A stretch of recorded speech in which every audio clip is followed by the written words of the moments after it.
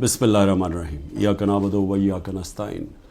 میرے پاکستانیوں، جب تک یہ پیغام آپ تک پہنچے گا مجھے یہ اریسٹ کر چکے ہوں گے اور میں جیل میں ہوں گا، تو میری آپ سے صرف ایک ہی ریکویسٹ ہے، اپیل ہے کہ آپ نے گھروں میں چپ کر کے نہیں بیٹھنا۔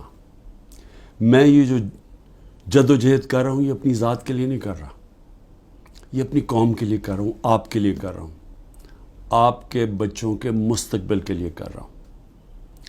اگر آپ اپنے حقوق کے لیے نہیں کھڑے ہوں گے آپ غلاموں کی زندگی گزاریں گے، اور غلاموں کی کوئی زندگی نہیں ہوتی۔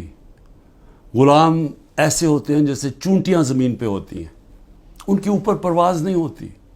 اور یہ بڑی خواب کا نام تھا پاکستان، نعرہ تھا لا الہ الا اللہ۔ پاکستان کا مطلب کیا کہ ہم کوئی انسان کے سامنے نہیں جھکتے۔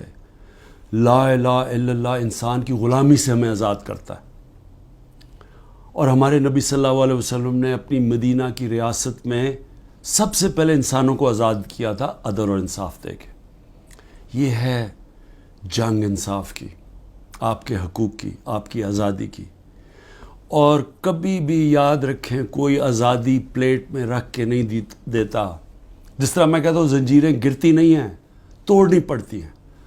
پرامن احتجاج آپ نے کرتے رہنا ہے جب تک کہ آپ کو آپ کا حق نہیں ملتا، اور وہ سب سے بڑا فنڈامنٹل رائٹ ہے ووٹ کے ذریعے اپنی حکومت منتخب کرنا، نہ تو کسی اور کوئی قبضہ گروپ اس ملک کے اوپر قبضہ کر کے بیٹھ جائے جو آج قبضہ کر کے بیٹھا ہوا ہے۔ شکریہ۔